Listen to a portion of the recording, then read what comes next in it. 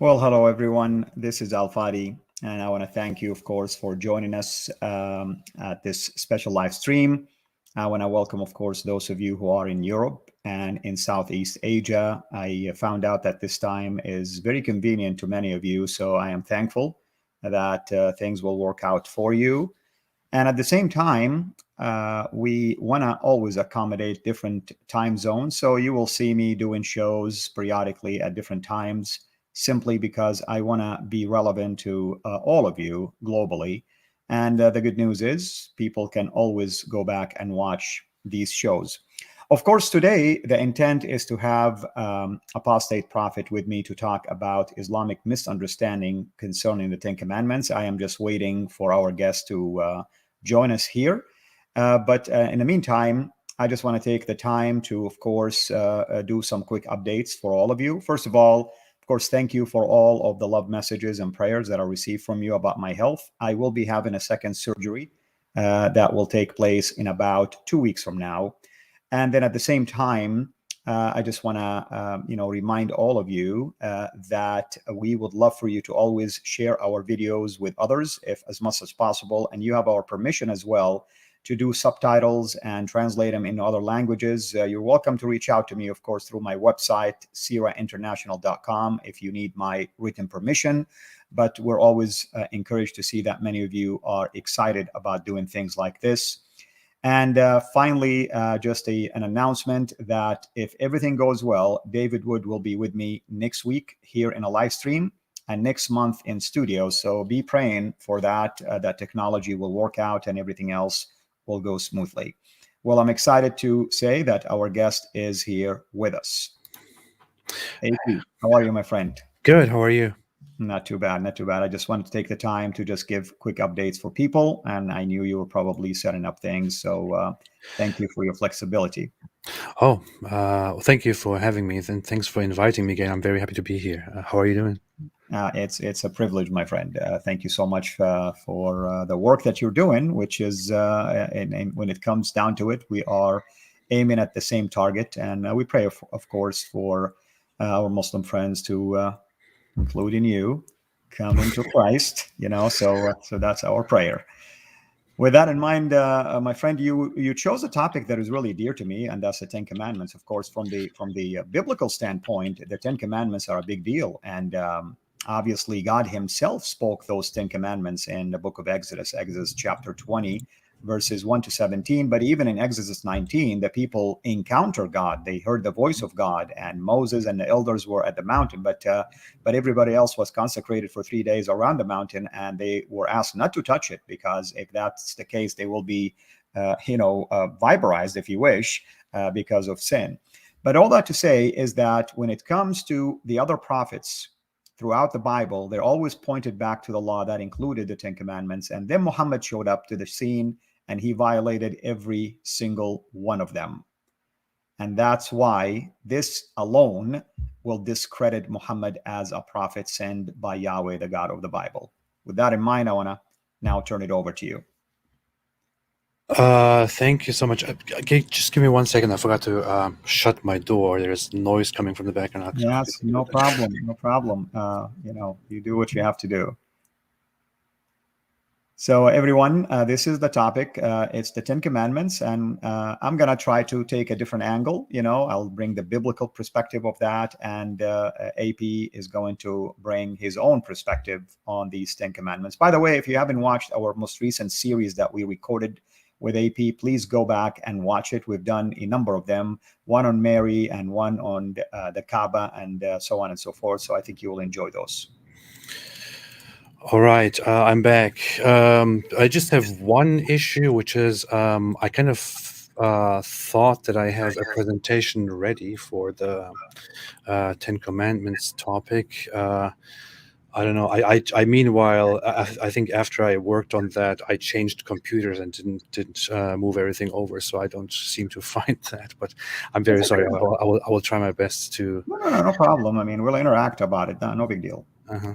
So when it comes to the Ten Commandments, I made a video about this before, and I talked about this before as well on different live streams. But So the Ten Commandments obviously is is a collection of commandments that is that is fundamental in biblical tradition and belief and law. It is at the core of biblical morals given to Moses, found in the Bible. There are different expressions of the Ten Commandments found in the Bible. People count them differently, refer to them differently, but people who follow the biblical Abrahamic beliefs generally agree that the Ten Commandments exist and that they can be listed. Now, growing up as a Muslim, you learn that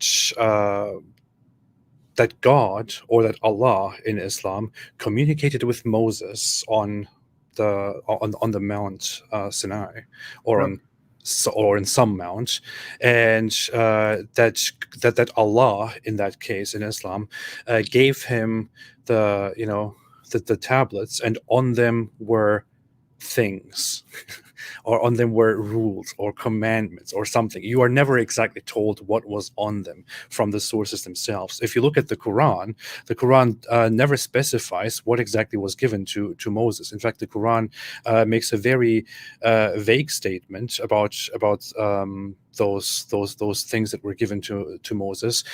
In the Bible, for example, it says, "I will give you the stone tablets with the law and the commandments, which I have written for their instruction," and then the commandments are listed. In the Quran, however, we find in Quran chapter 7, verse 145, it says, "And we wrote for him on the tablets something of all things, instructions and explanation for all things, saying, take them with determination and order your people to take the best of it. I will show you the home of the defiantly disobedient." That's all the Quran really says about what was given to Moses on that day. All things, something of all things. I previously joked about this and said this is something that my 4-year-old child says when we go to the store. He newly, learns to, understand the world and things. Why don't we just buy everything? Why don't we just buy all things? And I remember him asking me that. So I was like, let's just buy all things. And so that kind of reminds me of what the Quran says here. Yeah. Allah just gave all things to Moses, but what things? What is this? Yeah, Allah of the Quran is never precise. He's generic. Yeah, exactly. I'm kind of going through my video here, but I can basically share the thing to have to show what I am looking at here on my part. Sure. Okay, I will. There it is. People can see it now. So I said I made a video about this, the video presentation. I'm basically looking at that again just for quick reference, because I ordered things specifically in that video to look at them. So here in Quran chapter 7, verse 145, it says, "And we wrote for him on the tablets something of all things, instruction and explanation for all things. Take them with determination and order your people to take the best of it." The best of it. "I will show you the home of the defiantly disobedient." In the Bible, for example, it tells us the story quite clearly, because I'll give you the stone tablets with the law and the commandments which I have written for their instruction. And it then further, of course, goes into details, and that's me, goes into detail and explains what those commandments exactly are. So yeah, the Quran says basically all things. The actual story is that the tablets that were given to Moses contain the commandments, and the Quran says it contains all things. And the Quran also says that in those in the inscriptions of the tablets, there was guidance and mercy for those who are fearful of their Lord. But that is, again, basically all that the Quran says here. It never goes further into describing what was actually given to the people. And we are talking about something that is so essential and so fundamental to the Abrahamic belief and to biblical tradition in general. Now, if we look at the history of how the Ten Commandments were perceived in Abrahamic religion, there is a little bit of a disagreement on how exactly they are listed and how exactly they are numbered. I kind of broke it down, looking at the different sections of the Bible, and listed the Ten Commandments here as follows. I numbered them here and also gave the alternative numbering, but they basically say, "I am the Lord your God." In the written Hebrew, of course, before it was replaced with Adonai in Hebrew, or the Lord in English, for example, or in other languages, it says, "I am Yahweh your God. You shall have no other gods before me. You shall not make idols. You shall not take the Lord's name in vain. Remember the Sabbath day. Honor your father and your mother. You shall not murder. You shall not commit adultery. You shall not steal. You shall not bear false witness against your neighbor. You shall not covet your neighbor's wife, house, possession, etc." Now, there's one thing that people often point out when we talk about this, like David Wood, for example. When we had a conversation together, he was very eager to point out that Islam doesn't respect these 10 commandments. On the contrary, Muhammad himself directly violated these commandments to a great extent. Go ahead. Do you want to say something? Yeah, I want to just say something, and I'm glad you did that, because it's a good segue here. Because when you look at these commandments, and I agree with you, there is a disagreement, of course, sometimes on how many even commandments when it comes to the language itself of the Hebrew. Some will say there's about 14, because number 10 contains a multiple commandments in it. But all that to say is that sometimes it's broken down into two groups, and that's the most common: 4 and 6, or at least 5 and 5, with number 5 being the transition between the two: honoring your father and mother. God is the creator. Father and mother are progenitors, their connection between the immortal and the mortal, and so on and so forth. But Jesus summarized all of this beautifully. Love the Lord your God with all your heart, all your mind, all your strength. And basically that's the first 4, the relationship with God, the vertical relationship.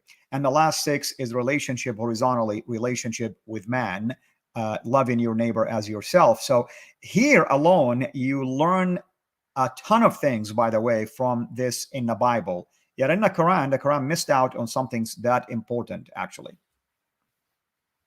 Exactly. Well, thanks for pointing that out. So, as said, there's only a difference in as I also try to point out, there's only a difference in how to list these commandments, but people agree that these are the commandments, and they are again reviewed and relisted, and they are universally known. In Islam, they are not known at all. In Islam, there is no listing of these commandments. Nobody knows what the commandments are. If you ask the Muslim community, if you go to religious Muslim teachers and Muslim believers and ask them to list the 10 commandments, what are they supposed to look at, and what are they supposed to give you as a source? They might be able to list these rules here, these commandments, and if you ask them for a source for these commandments, they will have to go back to the Bible. They will have to go back to the Bible and say, well, we know the 10 commandments because they are, but we have to look at the Bible for them. We can only, parrot them from the Bible. But the funny thing about this is that Muslims are not supposed to read the Bible according to Muhammad's teachings.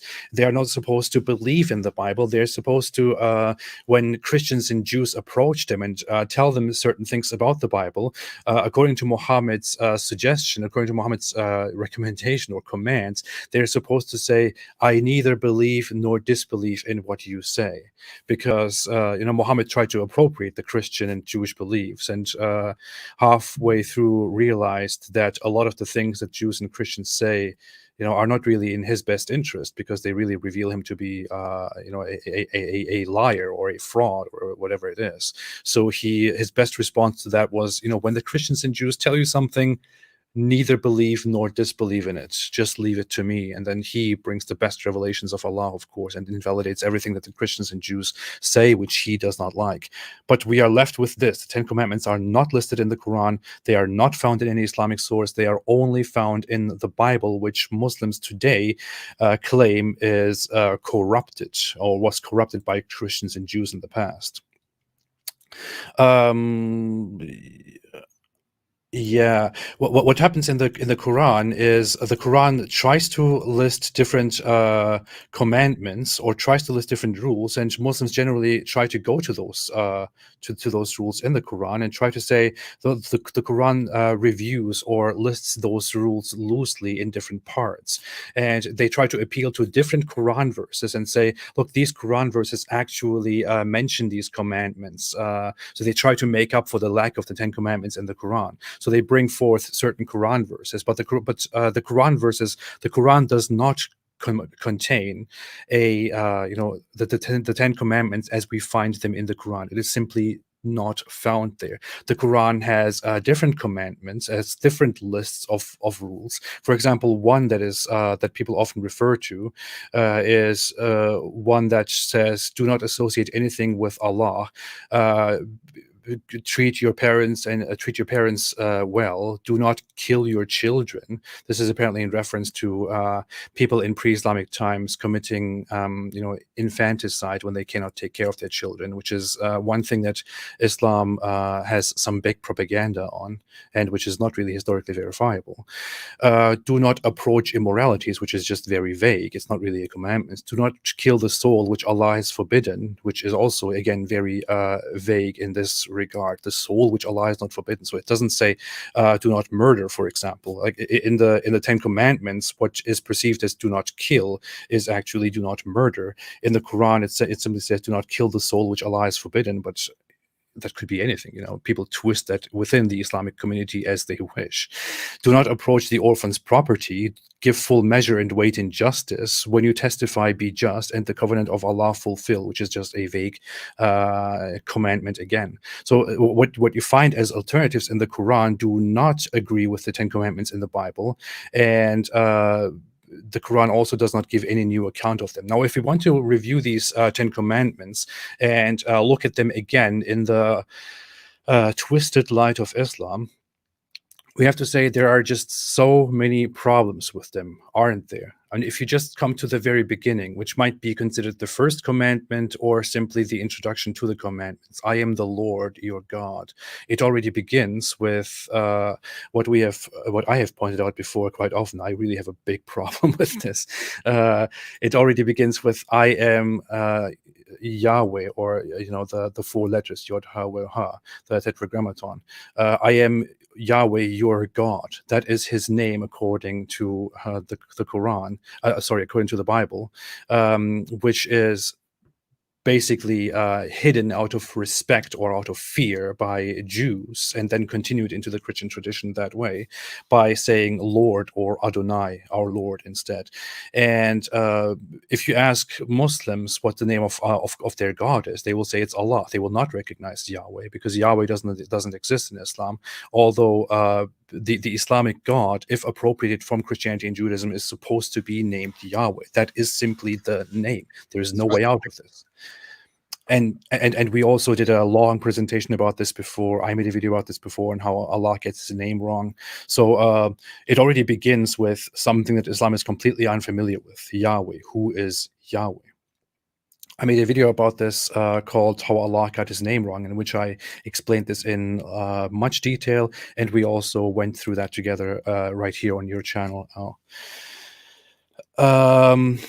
You shall not take the name of the Lord your God in vain. Islam doesn't have any such rules. It never addresses anything like that. On the contrary, Muslims are quite liberal in how much they use the name of God, the name of their God, of Allah.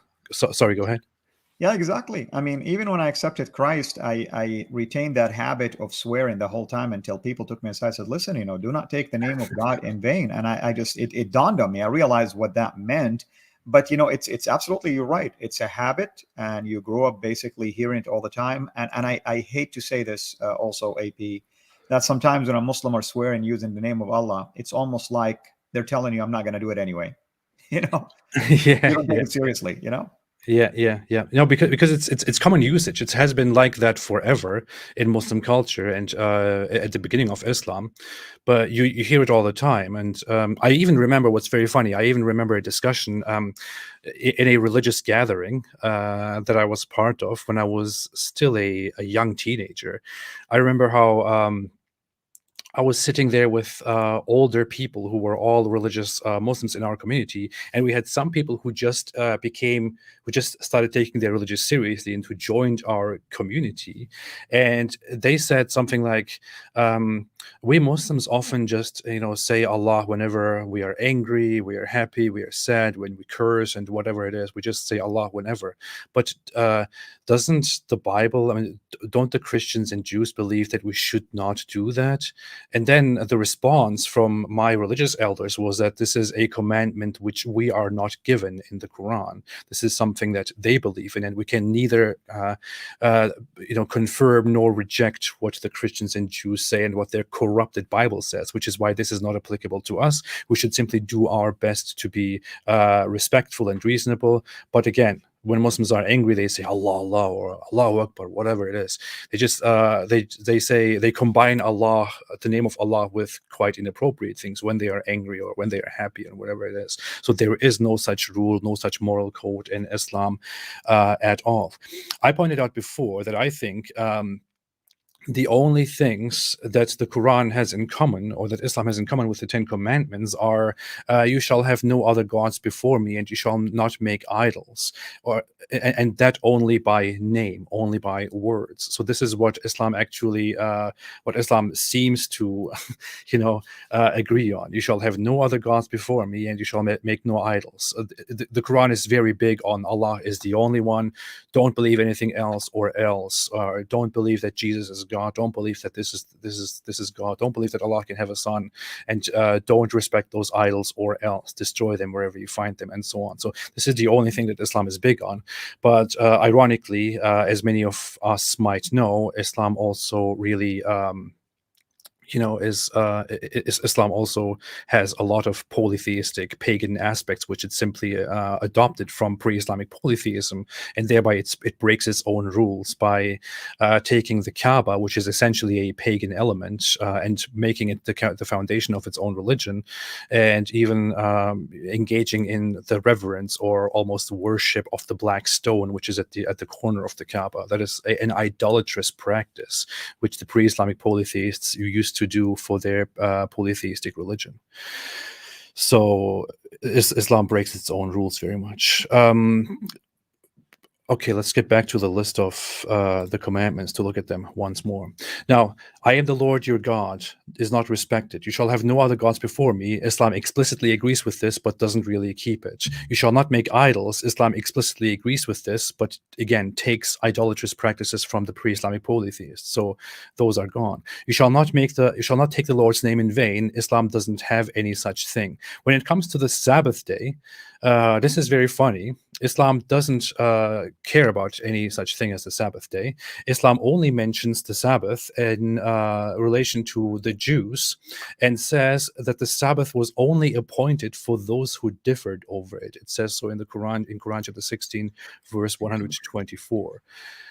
Yeah. And this is a verse or a statement that has caused a lot of disagreement within Muslim within Muslim history, within Muslim scholarship, on what exactly this is in reference to, and what exactly the implications of this are. But the implications seem to be that the Sabbath was kind of imposed, or made as a strict rule in response to people simply not following God's rules properly, which is why Allah imposed certain strict rulings upon them, which is simply absurd and not really in alignment with the actual tradition of this. Go ahead. Yeah, I want to just add to the Sabbath thing. The Sabbath is so important when it comes to the people of God that their punishment, being sent into exile, was because of violating the Sabbath. I mean, that's how important it was. Now, if Muhammad is claimed to be a prophet like Moses, then he failed miserably when it came to the Sabbath. Miserably. I mean, because he actually violated it and actually bringing doom on the people of God, if that's indeed what he's doing. Exactly, exactly. And the problem with the Sabbath is, what is very funny is when you ask Muslims about the whole narrative of God creating, the world in 6 days and resting on the seventh day, and that basically corresponding to the Sabbath, and humans being told to observe a similar rule, which humans perceive as rather a symbolic thing, as a um, for humans to observe, because everybody agrees that God does not need to rest, right? God does not need to work for a specific time and then rest, but that this is the narrative, and this is an example, and humans are supposed to follow this, and they did follow this for quite a long time. Muslims usually, when asked about that whole narrative, say, no, that cannot be true. Allah doesn't need to work on specific days. It doesn't need to rest. Allah is above and beyond that. Ironically, the Quran agrees that Allah created the world in several days, and it says, "Who created the heavens and the earth in 6 days, and then established Himself above the throne." So. What is very funny about this is that Muslims do not agree that God rests on the seventh day, and they say resting, that is completely beneath Allah. Allah doesn't need such a thing, and they do not that they fail to grasp this the symbolic example within that. But at the same time, they do believe that Allah created the earth and the heaven in 6 days or 4 days. The Quran is kind of vague about this, and that he then, after creating everything, ascended and established himself above the throne. He basically went above and sat on his throne. So if the whole symbolic aspect of God resting on the seventh day to make an example for humans is so absurd, then how exactly is it acceptable to say Allah created the world in 6 days and then went and established himself above the throne? Shouldn't you also, with the same with the same rejection, also banish that from your narrative? But no, Muslims simply accept that because it is in the Quran. Somehow it has to make sense. But yeah, the Sabbath is not part of Islamic tradition at all. What Muslims have instead of that is the Friday. On Friday, for no good reason established within biblical traditions, Muslims are supposed to go to the Friday prayer, and then stop working, go to the Friday prayer, and then go out and earn again and do works again and whatever it is. But they do not really have a day of rest. No such thing exists. Well, AP, even with that, I would argue that given that the Quran was initially written without diacritical markings or any vowel markings in there and dottings, one can make the argument that it could be read Jam'ah versus Jum'ah. And even if it was Jum'ah, it's a day of assembly. So I want a Muslim to tell me that day of assembly happened to be Friday. They can go ahead and tell me, where does it say that? Yeah, that is a good point. It only says it only refers to it as a day of assembly. That's all it is. That is true. That's a good point to make. Give me 1 second. Okay, so moving on. The Ten Commandments go: honor your father and your mother. You could say that Islam teaches you to be good to your parents, to be nice to them. It happens to have a certain agreement with them, but we also know that the Quran says that in chapter 9 specifically, it condemns your relationship with your siblings and your family if they have preferred disbelief over belief. It says, do not take them as friends, and it repeatedly says, whoever takes them as friends is one of them. So there is a big condemnation of that as well found within the Quran. But you could say that on the surface, this is actually one thing that the Quran seemingly on the surface agrees on. Now, when it comes to the next one, you shall not murder within the Ten Commandments, fine, Islam will say, or the Quran will say that you shall not unjustly, kill somebody, or you should not unjustly kill somebody. But then again, what is unjustly? Does Islam agree with the biblical aspect? Does Islam agree with the Christian tradition or the Jewish tradition? We know, for example, that Islam continues to hold certain very strict laws. Islam continues to have the laws of killing those who leave the religion and who openly declare that they have left the religion. Islam says in chapter 9 verse 29 that you shall, those who do not accept Allah and Muhammad, and those who do not adopt the law from Islam, you should fight them and humiliate them until they pay the jizya. Muhammad himself commanded his Muslim armies to go and to invite the people to Islam, and if they reject it, to give them the options of becoming subjects and pay the jizya, to become slaves, or simply to die, if they refuse to convert. So Islam doesn't really have that same thing. Islam has an in-group rejection of murder, but that does not include, for example, non-Muslims. If a non-Muslim subject, a Christian or a Jew, for example, doesn't pay the jizya or offends the Muslims in a way, and you kill them, there is no retaliation for that. Somebody who fails to pay the jizya is basically a fair game in Islam, and can be killed, can be hunted down. A Muslim who kills a Jew or a Christian is not held to the same standards as somebody who kills a Muslim. And so on, and there's more to that. People who do not believe in a book, or in Christianity or Judaism or in Islam, according to the earliest Islamic traditions, are not protected at all. They can be killed. They are fair game. Atheists, polytheists, fire worshippers, as Muslims called them for a long time, all these people were simply killed or enslaved. Nobody cared about their safety at all, until Muslims later realized over with time that you cannot simply go on slaughtering masses of populations. You have to somehow make peace with the people that you conquer, in order to avoid having a downfall, a collapse of society. So they extended the whole the umbrella of the jizya and who it applies to, and started including people like Hindus or Zoroastrians as well, just for their own safety and protection. Absolutely. And of course, I mean, the Ten Commandments alone has a background when it comes to people being made in the image of God. And that's extremely important in the Bible, in Genesis 1:26-28. Yet the Quran not even once hinted to that.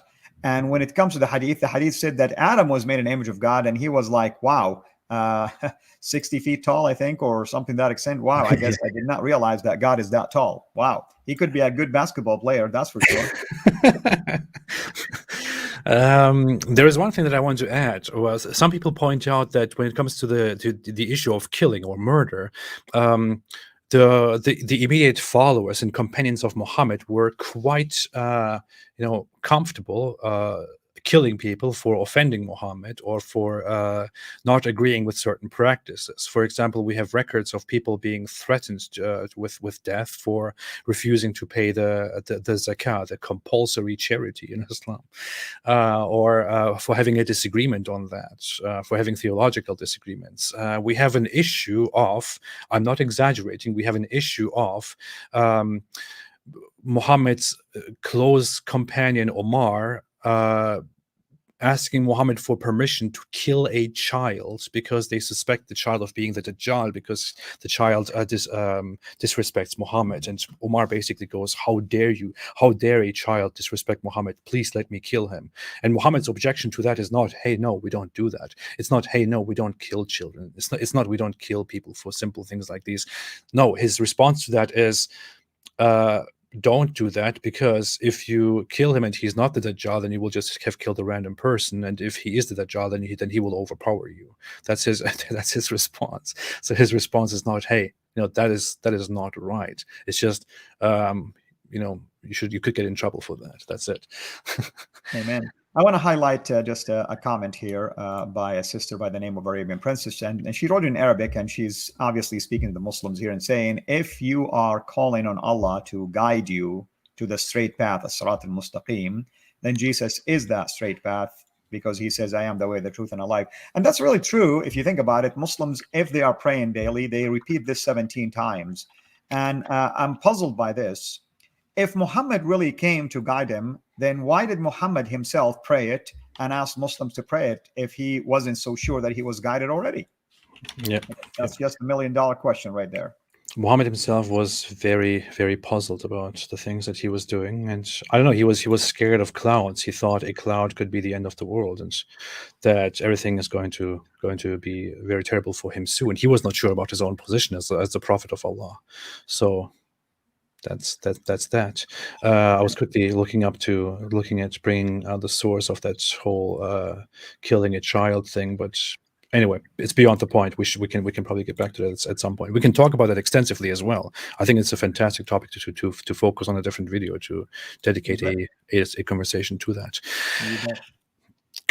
Moving on. You shall not commit adultery is a rule that is quite significant in Abrahamic biblical tradition, is quite significant in Christianity, is understood in Christianity in a completely different sense than it is in Islam. In Christianity, you are told to a man and a woman, and to love one another, to not look at others, wives, to not look at other women with specific eyes and desires, and that is already an entrance to adultery and all that. Islam, of course, doesn't have such a concept. In Islam, we have the hijab for very specific reasons. The hijab is there so that Muslim women, initially it was married Muslim women, but so that Muslim women can be covered up, so that they can be hidden from the eyes of men out there, and not from any men, from the eyes of Muslim men. The hijab was initially introduced because Muhammad's companion Omar, the notorious guy, as always, he always pops up somewhere with troubled issues. He comes out and says to Muhammad repeatedly, hey, tell your wives to veil themselves. I recognize them when they go to the toilet, when they go out to the bathroom. I recognize them. We see them. They walk past us and we see their faces. Please tell them to cover themselves. So eventually Muhammad ends up and says, okay, I just received a revelation from Allah. Allah told the women to cover themselves. And then all the Muslim women follow this rule and they cover themselves up. And if you look at the interpretations of this by the early Muslim scholars, including Ibn Kathir, who is the biggest interpreter of the Quran, the most popular one, he says that the hijab is a rule imposed for Muslim women, for honorable Muslim women, to separate themselves from prostitutes and what does it say? Slaves and prostitutes and disbelievers, or something like that. I don't remember the exact wording. I don't want to misrepresent that, but that is basically the message that he gives, and that Islamic scholars give. So Muhammad makes a revelation because he's pressured into it by his friend Omar. He says, oh, okay, fine, I listen to you. Allah just sent me a revelation, cover them up. And this is only so that they can protect their own wives from the gazes of men, unlike the disbelievers and the prostitutes and the slaves, because Muslim men are not discouraged from looking at women. On the contrary, Muslim men are allowed to take up to 4 wives, to threaten them with divorce and to take new ones if they are not happy. They can do that. Muhammad himself was encouraged to do that in the Quran. And Muslims are also free to fight for Allah and to take an unlimited number of concubines from their opponents, from their enemies. That this includes when they fight a group of people, and this group of people and the men on the other side have wives, and the men are then defeated. Muslims are free to simply annul the marriages of the wives of those opponents and to simply take them as slaves and to have sex with them. And those slaves would then not have to wear the hijab. They could be just open and reveal all their beautiful aspects, so that the men can nicely look at them and have sex with them whenever they want. And then also, of course, Muslims are promised the whole virgins in heaven issue. So the whole the thirst for more women out there is always induced and always promoted within the Islamic tradition. I know, tough topic, but that's Islam for you. That's right.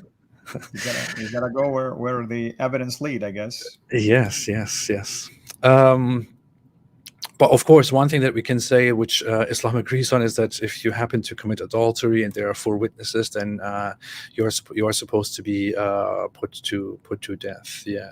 So I mean, just think about it for a second, AP, from a logical standpoint, from an evidentiary standpoint, from a legal standpoint. Who in the world is going to watch a rape and ask 3 others to come with him to watch it and then go and tell? I mean, seriously, is this how God protects women? Is this God's way of trying to at least inflict justice on rapists? I mean, come on, man. I mean, it's almost like watching a pornography. That's what Muhammad basically is enforcing here, technically speaking. Yeah.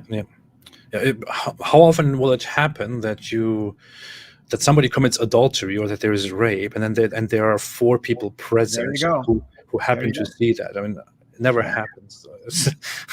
How often does that happen? It's just ridiculous.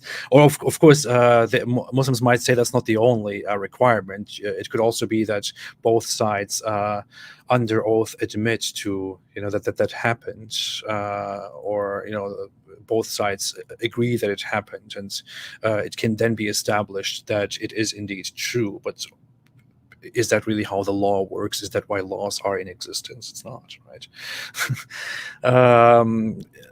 So we're moving on. You shall not steal is one thing, of course, that is, I would say, that the Quran agrees on. But again, what is the definition of stealing? I mean, the Quran seems to agree with that stealing is forbidden, but it also very much encourages to take from the opponents, from your enemies, whatever they have, in the name of fighting for Allah. I can say, in all honesty, I think internally within society, stealing in Islam is not allowed. You're not allowed to steal from fellow Muslims. You're not allowed to steal from disbelievers. You're not allowed to steal from anybody. Stealing is haram. It's forbidden. Completely agreed. But of course, we would have to then consider again that the fact that Islam also commands to fight the enemies of Islam, and Muhammad says, if you fight the enemies of Islam, then Allah uniquely gave me, of all the prophets, the right to take booty from the enemies, and that this is Allah's gift for us, the Muslims. So this is what Muhammad proudly declares in the Hadith, which is a very strange thing to be proud of. The bringer of mercy says, "Hey, our gift." Aside from all the prophets and all the biblical guys, our gift, Allah loves us so much that He enjoined us the right to fight the enemies of Islam and to take booty from them and to take all their belongings. Yeah. And Muhammad basically applied the rule that Joseph actually applied during the famine year, and he instilled this idea that people will give 20% to Pharaoh. So Muhammad thought maybe he was a Pharaoh of his days, and he just wanted to do exactly what happened. Even that was an exceptional rule for a certain condition, but it just shows that he was copying and pasting and learning things and just applying them to himself as he went. Yep, exactly. There was one thing more that I wanted to add about this, but I think we should be fine. I think that's all right. The next one is, you shall not bear false witness against your neighbor. Of course, now this is this merely about bearing false witness, what does that mean? Does it include all kinds of lying? Does it include does it mean that you should not go in front of a court and lie about your neighbor? Does it what does it include? It's about dishonesty. It's about lying. It's about telling the truth instead, and not committing this dishonesty in society among your brethren. The issue is Islam does not have the fundamental concept which you can find in the Hebrew Bible and the Christian Bible, which is about loving your neighbor as yourself and treating the foreigners, the non-Jews or non-Christians, well and equally, and to not be unjust with them. Islam doesn't have such a thing. Islam has justice and equality among the Muslims, not among the others. If you lie to the enemies of Islam and deceive them, that is okay in the name of waging war against the enemies of Islam, fighting the enemies of Islam. We have records of Muhammad asking his people to kill a certain poet named Ka'b bin Ashraf. Was it him? Right, I think it's him. Who writes poetry against Muhammad and his people, and basically says, how can you allow him to corrupt our people and to kill our people and all that? And he basically mocks Muhammad in his poetry, and Muhammad asks his loyal followers to go and kill him. And one of his followers then says, I can go and assassinate him, I can go kill him, but I would probably have to deceive and lie to him, to get him out and kill him. And Muhammad is fine with that. He simply he's okay with that, and the Muslims go ahead and trick him and kill him. So that's how that goes.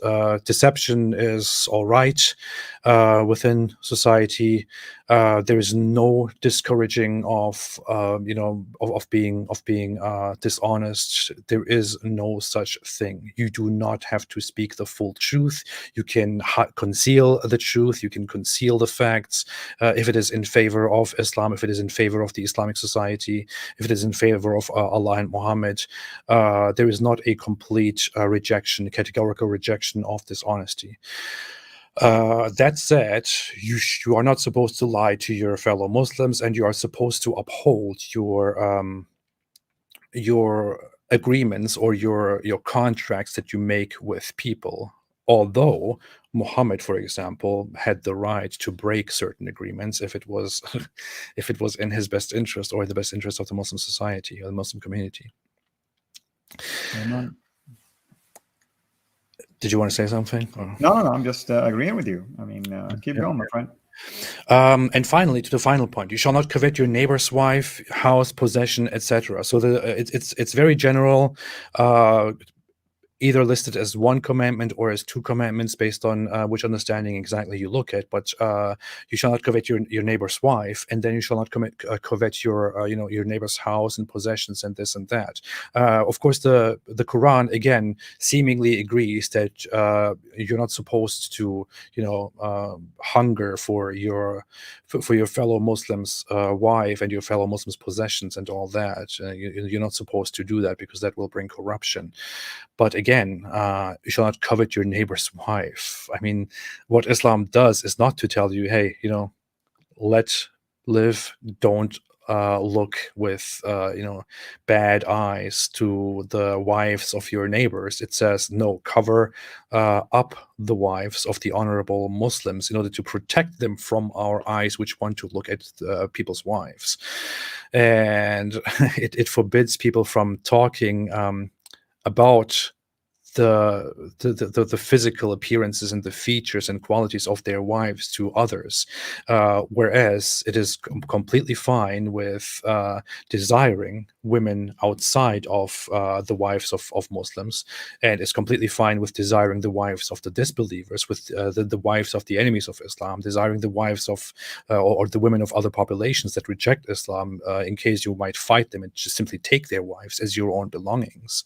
So your neighbor's wives here would only include your fellow Muslim neighbor's wives. It would only include your fellow Muslims' houses and your fellow Muslims' possessions, as long as they are proper Muslims and as long as they follow the commands of Allah.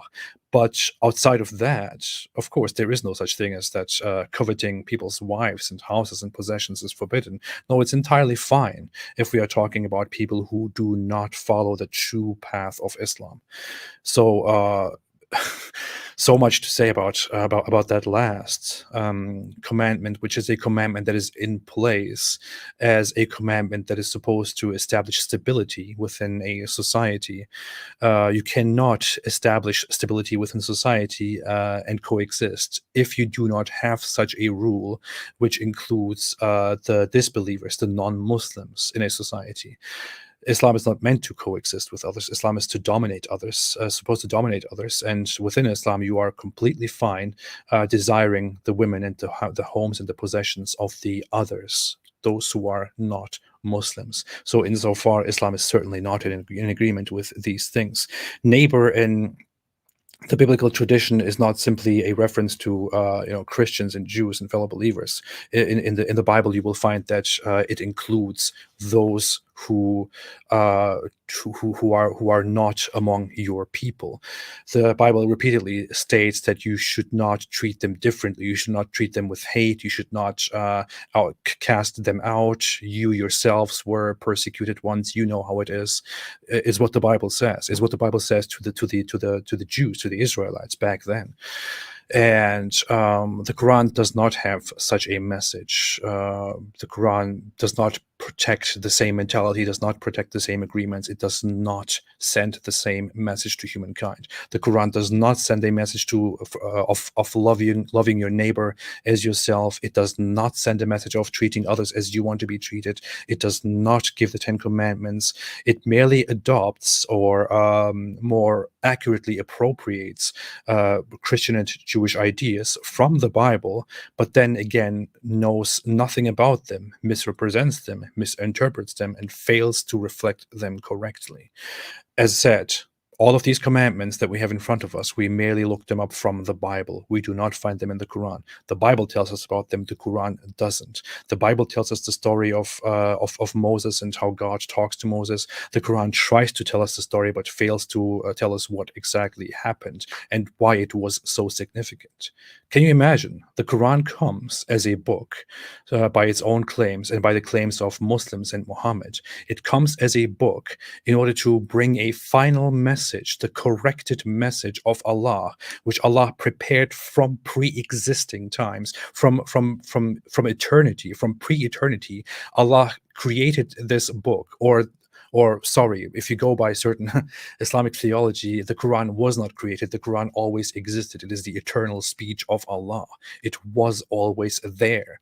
And the Quran sent to humanity is merely a mirror image, merely a reflection, a representation of the Quran that has always existed. This is supposed to be the ultimate truth sent down in Muhammad's time to correct everything that was corrupted in the past. But it does not contain these fundamental laws that God so importantly sent to humankind in the past, which even the Quran seemingly agrees on. It seemingly agrees that this is the foundation of belief, but it doesn't even bother to tell us what exactly happened and what exactly God communicated to people. Isn't that kind of funny? I know. Well said. And any other thoughts you want to add? Because I want to close basically by reminding people. And if you want to bring that slide again, just for the purpose of just sharing a few thoughts here with people, if you don't mind, of course. Of course. Go ahead. So I'm going to show it again. I just want people to look at this, and especially my Muslim friends, if you're looking at this. First of all, Muhammad himself broke every single one of those. Every single one of those. He did not acknowledge Yahweh. That's the first. He actually placed himself next to Allah in the Shahada. That's shirk, my friend. That's idolatry. Yep. He actually instilled the worship of rocks, bowing to a rock, touching a rock, kissing a rock, throwing rocks at a rock, and the list can go on and on and on. And then when it came to the Sabbath day, I challenge you to show me where did Muhammad ever honored the Sabbath that God instilled basically and instituted. If the idea of honoring your father and mother is something that, and I agree, Islam always emphasized, Muhammad asked people to go and fight and kill their parents because they did not follow him. So how is that honoring father and mother? And then you come to murder. You've heard, AP mentioning about just the mere fact of killing any murtad. And by the way, anyone can do it, okay? Anyone can do it. In fact, you should really watch, a video that was done by Ali Dawa about this. Speaking of that, of course, we're going to ask you a few questions about the most recent encounter with Ali Dawa. And then you have the adultery. Well, Muhammad instilled the idea that you can take anybody's wife during a battle, even if she's married, and you can sleep with her. That's adultery right there. And stealing people's property and deception to do whatever it takes, technically speaking, that is favorable to him. And finally, Muhammad coveted not only his neighbor's wife, his adopted son's wife. So there you have it. And yet you're telling me this is, a man that was made to be a model for mankind? Wow. If this is the model for mankind, I guess I am definitely much better than him, and you should follow me. And AP also. And David Wood. Even me.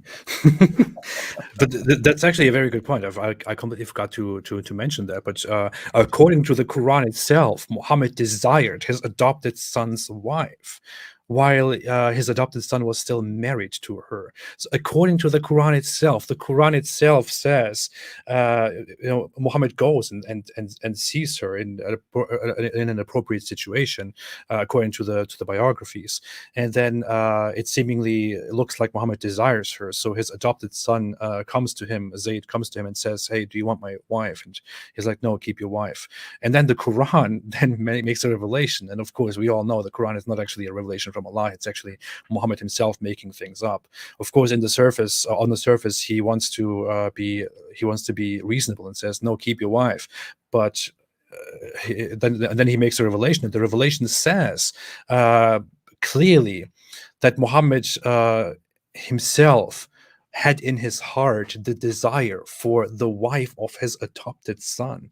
So the Quran itself admits that Muhammad was actually coveting the wife of his adopted son, who also was his cousin, by the way.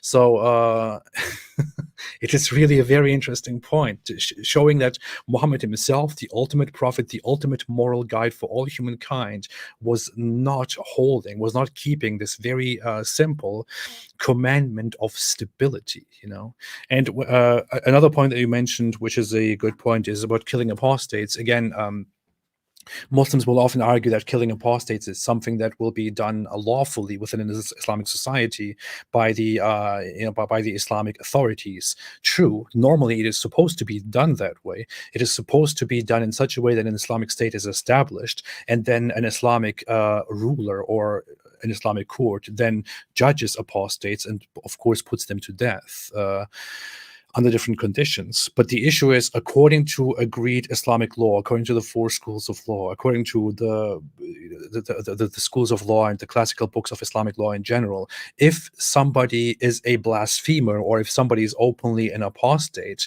and somebody from among the Muslims goes and kills that person, that is not a major crime. It's not a major sin. It is merely a what do you call it? A misdemeanor. It is merely an inappropriate act, and the judge can choose to punish that person or not, or simply to say, "Hey, you shouldn't have done that."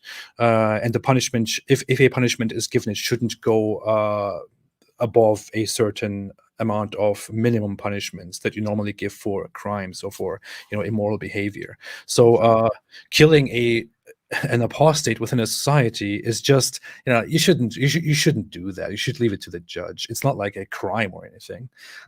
Absolutely. I mean, even a murder, as you know, under Sharia law is not a capital crime, because you can still offer blood money to the family of the deceased, and if they would accept it, you're home free. I mean, that's it. It's over. So it shows that there is no regard to mankind and humanity, and in this case, no respect for the marriage relationship.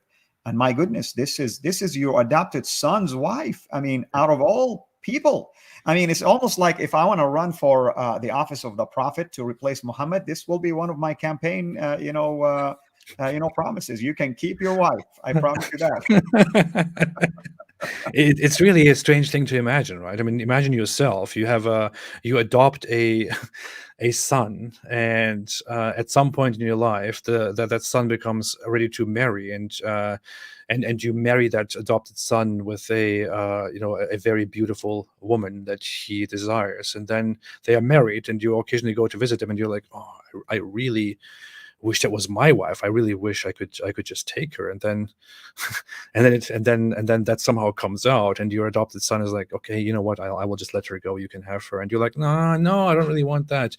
But then you reveal in the end, or Allah reveals for you, that you desired your adopted son's wife all along, which is just, that's the perfect moral example of all humankind. I mean, if a regular person has such desires, I would be like, okay, that's kind of messed up. But we're talking about the perfect moral guide for all humankind. Isn't he supposed to have some some proper example of feeling and acting and conduct and whatever it is? Apparently he doesn't. Oh, man. Okay, so two quick things. First of all, tell us about your recent, I guess, I don't know how to call it, debate, dialogue with Ali Dawa. How did that go? It was fantastic, if you ask me. Well, what happened is that Ali Dawa challenged me to a debate very long ago. And his whole understanding of a debate long ago was come to London, come to my park, I will smash you and stuff like that. And I said, hey, you know what, I'm not going to do that. If you want a proper debate, set up a proper debate. I'm not going to come to your park. So it stayed like that for a while, but then recently he was acting all tough to Douglas Murray on Twitter, and then I responded to him saying, "Why are you doing this again? You will just, if he happened to accept a debate with you, you would simply make up tons of excuses and run away. Stop acting all tough." And then he was like, "Oh, how about you? How about you debate me?" And I was like, "Yeah, sure, go ahead. If you want to set up a debate, I'm ready here. Moderator online." Of course, he bent the rules so much. He forced me to. He basically tried to force me to accept a face-to-face debate. I said, "If you want face-to-face, we can do it in America. Come here, travel here." He agreed to that. In the last moment, he said, "Oh, I just noticed I can't come to America because I don't have the vaccine, and America demands a vaccine from me. So now you have to come to Mexico." And I said, "Are you kidding me, man? Was it my condition to do this face to face? Why would I have to go to Mexico now? This is your fault. You offered this. You agreed to this. If you can't come to America because you don't take the vaccine, that's not my fault. It's your own problem, So in the end, I said, let's just do it online and get it done with. He rejected, and then he challenged me to a curse event, a mubahala, which is something found in Islamic tradition. Muhammad did Exactly. it too, where Muhammad, according to the Quran, tells the Christians of Najran, which is further explained in the Hadith, to come out and to say, let's bring our families and ask Allah to curse the one who lies about their own religion. And then he actually goes and brings his grandchildren and his family members out there to ask Allah for a curse. And the Christians are then, according to the report, the Christians are then so amazed by this that they, concede and decide not to do this. But I mean, you can clearly see the thing here. The Christians probably think that's kind of messed up, We're not going to do that. Exactly. So that's what he challenged me to, and his claim was that I'm actually scared of Allah, and that I know that Allah is true secretly, and that I'm scared to invoke Allah's curse. And I said from the very beginning, this is ridiculous. I don't believe in Allah, and I am happy to come on there and to ask Allah for a curse. It's no problem for me at all, but it's just ridiculous. It just shows how ridiculous you think. And as we went live, I also asked him to give me to answer 5 of my questions, and he agreed to that. When we went live, I did invoke the curse of Allah to destroy me within 10 seconds. It didn't happen. What he did then was, ha ha ha, you fell into my trap because you are an atheist. You don't believe in Allah. So how can you ask Allah for a curse if you don't even believe in Allah? Isn't a prayer to Allah, an invocation, actually an act of worship? But you can't worship because you don't believe in him. Ha ha ha, you are so ignorant, so stupid. And, and from there, it just all descended into the same stupidity for 2 hours, and him trying to make arguments and not being able to make arguments, being completely incoherent and disrespectful, eating grapes while we are talking as a supposed power play, which then just looked ridiculous. His fellow Muslims felt embarrassed by him. Many Muslims made videos condemning his behavior and his very poor knowledge and performance. Even Shamsi, who is a Muslim apologist, said in a video to Ali Dawa, said, "Brother, with all due respect, you think you are smarter than him. You are not. It has to be said. We have to be honest to each other. Please stop representing Islam. Please stop doing this." Many others made videos about him, and it's just. I'm happy with the results. I mean, I was hoping for a debate where we can actually go through Islamic arguments and refute them and all that. He didn't want to do that because he doesn't trust his Islamic faith very much. He chose to do this instead, and it badly, terribly exploded in the face of Islamic apologetics. Yeah, unfortunately. And I'm sorry to drag you there, but I just wanted people to notice it. Me and David Wood, we're going to be talking, by the way, folks, about these kind of behaviors that are most recently are becoming noticeable right now. And by the way, it speaks of this, AP. There isn't anything out there that they can bring anymore. Yeah. I mean, it's just the arguments are dried already. I mean, I have a couple of, I assume they're Muslims. They came here while we're talking, and all they can do is just ad hominem, attacking your character, attacking my character. I'm like, well, is this a refutation? I mean, we have a serious topic we're talking about. At least present something. I mean, I welcome you to present something. I mean, there is nothing wrong, by the way, with reasoning. Yeah. Just let us reason. That's why we call it let us reason. I mean, I'm not going to force you to do anything against your will, and you're not going to force me. But let's have a civilized, intellectual behavior for the benefit of our viewers, right? I mean, if I believe in what I believe in, I should really present it to you in a way that makes sense. But how is cursing and eating grapes and doing all that kind of stuff is going to allow the other side somehow to be impressed? I mean, it's just unbelievable. And the thing is, really, I mean, they often try to justify their behavior and their attitude by saying that we are disrespectful, unreasonable people, we are enemies of Islam and this and that. And in all honesty, they are the people who condemn us day and night. They are the people who say that people like me should be executed and we are filthy animals and all that. Despite all of this, I have evidence that I asked many of them repeatedly. Muhammad Hijab, Ali Dawa, all of them repeatedly, even after they insulted me and dehumanized me and all of us, repeatedly to be peaceful and to come together and try to be reasonable and have proper exchanges. They refused to do that. If they became more reasonable, we could all have reasonable conversations. We are capable of reasonable conversations. We are willing to have reasonable conversations. They are not. Their behavior is the problem. And they should realize that. Everybody should realize that. Absolutely. Any upcoming debates or anything you would like to announce or at least alert people to? I currently am in talks with a known Muslim scholar to have a debate on Islam. It's something that I really look forward to. I can't reveal more right now until it's finalized. No, but I would love to. I will be very excited. I'm very excited about that right now. So if that's going to happen, then that will be nice. Other than that, we'll continue what we are doing. I will make more videos, and we will keep continuing making our work. So thank you so much, Al. Absolutely. And I'll be inviting you again. And we still need to work out something to bring you to our studios. And we'll make you sit down on David Wood's chair, and get some wisdom, out of that chair. Everybody sits on that chair usually, and things go downhill from there typically. Yeah. I'm sure that will really make me much wiser. Yeah. We love you guys. We love him, and I'm really excited about him doing things right now. I've been watching some of the stuff, especially the stuff that he's doing with Robert Spencer. That's brilliant, and I'm hoping things will work out schedule-wise for him to join me next week. And we're going to be, like I said, in March in studio. Would love for you to join us in one of the live streams if your schedule permits. As we finalize the schedule, I'll share all of those with you. And again, even if you pop in for a few minutes, we'll be happy to of course, entertain that. Of course. My friend, thank you so much. We continue to pray for you, of course, your family, your kids. And also, we're so thankful that you are doing what you're doing. And we're praying that you'll be in our team soon, my friend. Again, I have to throw it out there, but the Lord is good, and we are, of course, thankful for all of those who are watching us right now. Please, as I said at the beginning of the show, make sure you spread the word about these shows. Share them with others. I personally give you my approval to download my videos and upload them in other channels if that's what it takes for people to be aware of the work that we're doing.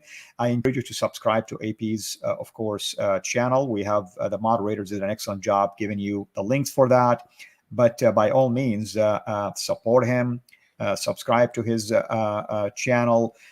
Learn from his videos. At the end of the day, AP is doing an excellent job. He is focused on a topic, and that's what I tell people when AP is here. We're talking about a specific topic that is beneficial, technically speaking, to even our cause, and we both are trying to help Muslims realize that they are not on the right path, and that's my hope, of course, that they will come to Jesus. And thank you, AP, for what you do.